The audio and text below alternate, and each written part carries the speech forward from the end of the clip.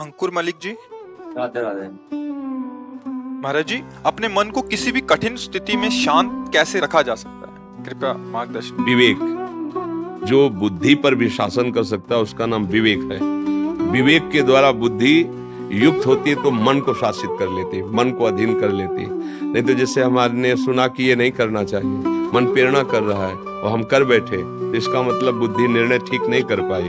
क्यों? क्योंकि उसमें विवेक नहीं है। और विवेक प्राप्त होता है सत्संग से, शास्त्र स्वाध्याय से, भगवान की भक्ति से। बिना विवेक के शासन नहीं कर सकते। मन बहुत बड़ा तूफान है, वो जब अपने रंग में आता है तो किसी को नहीं बख्शता है, वो करवा ही बैठता है जो उसे करवाना होता है। अगर उस पर कोई शासन कर सकता है तो भगवान का कृपा पात्र, जो भजन, शास्त्र स्वाध्याय, सत्संग, पवित्र आचरण, उसमें विवेक हुआ, विचार के द्वारा काट दिया।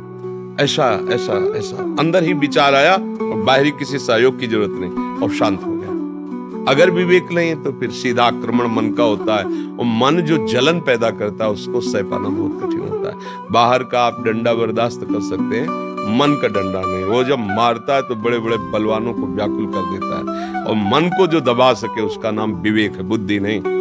विवेकवती बुद्धि मन को शासन में ले लेती है। अभी अपने लोगों की दुर्दशा है, विषय ने इंद्री को वश में कर रखा है, इंद्री ने मन को वश में कर रखा है, मन ने बुद्धि को वश में कर रखा है। जो चाहता है वो सब करवा रहा है, और इसका उल्टा होना चाहिए। बुद्धि मन को वश में रखे, मन इंद्रियों को वश में रखे, इंद्रियां विषयों से विरक्त हों।